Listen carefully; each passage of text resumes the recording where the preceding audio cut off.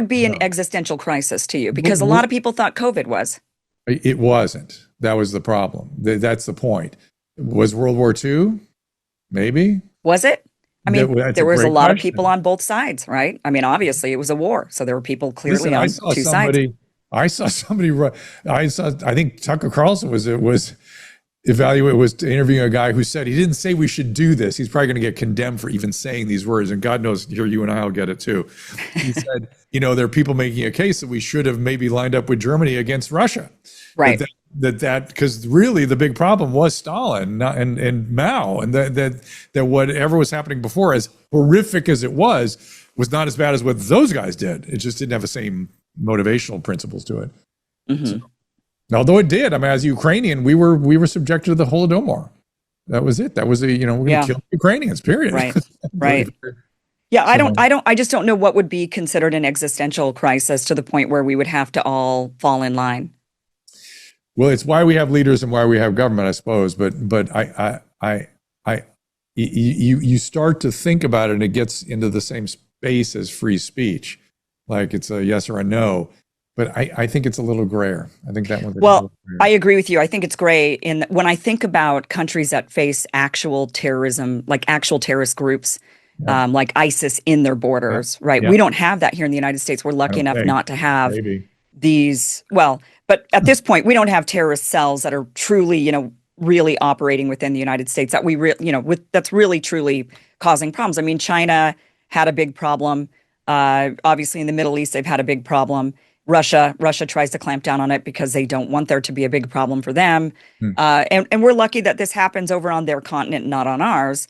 But I think, well, what if it did? I mean, what if it did happen on our continent? Would we have to clamp down on certain religion, for example, and minimize certain religious rights and say, look, this religion in particular, you're not allowed to practice because it teaches you literally to harm other people?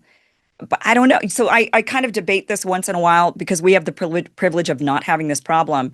Yeah. But if we genuinely had this problem and there were people with suicide vests walking into buildings and blowing things up and it was happening regularly and there was clearly a terrorist cell and would we clamp down on that particular religion that was teaching that type of extremism?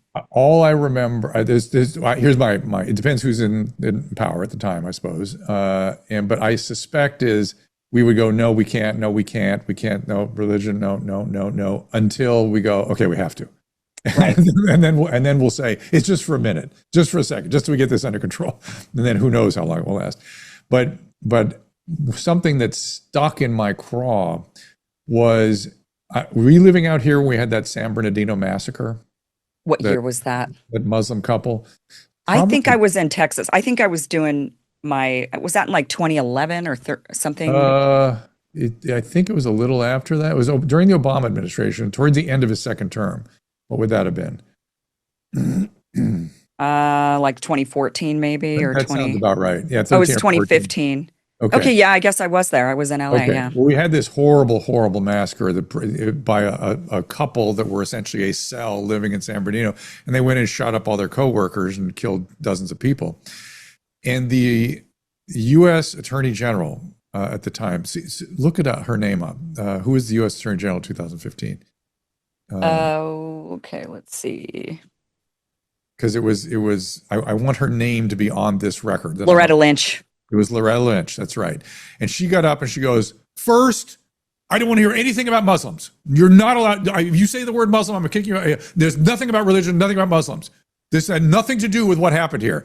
And I thought, are you kidding? Right. It had everything to do with what happened. Now, I understand, let's not condemn Muslims because of what happened. 100%. If you want to say, hey, let's be charitable and let's understand that this was a fringe, blah, blah, blah, no problem. I worry about that stuff. I have tons of Muslim friends.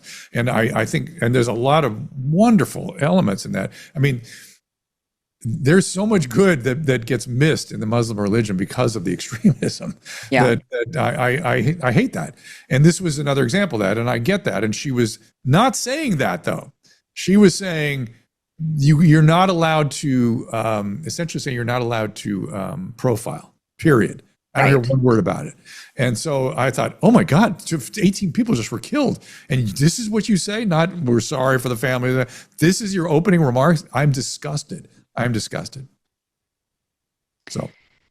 Yeah. I think right now we do live in a bit of a privileged place and era, and there is a possibility things shift. I would like to think, though, that no matter what this time happens, that you and I would still be standing on the right side of whatever I that cause hope. is, I hope. and being. But I think the enemy to both of us is hubris.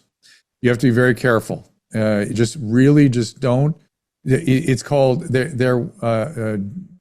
James Freeman, a physician who wrote a reanalysis of the Pfizer studies that showed how flawed they all were. He said, we have this weird thing right now where people have irrational certitude.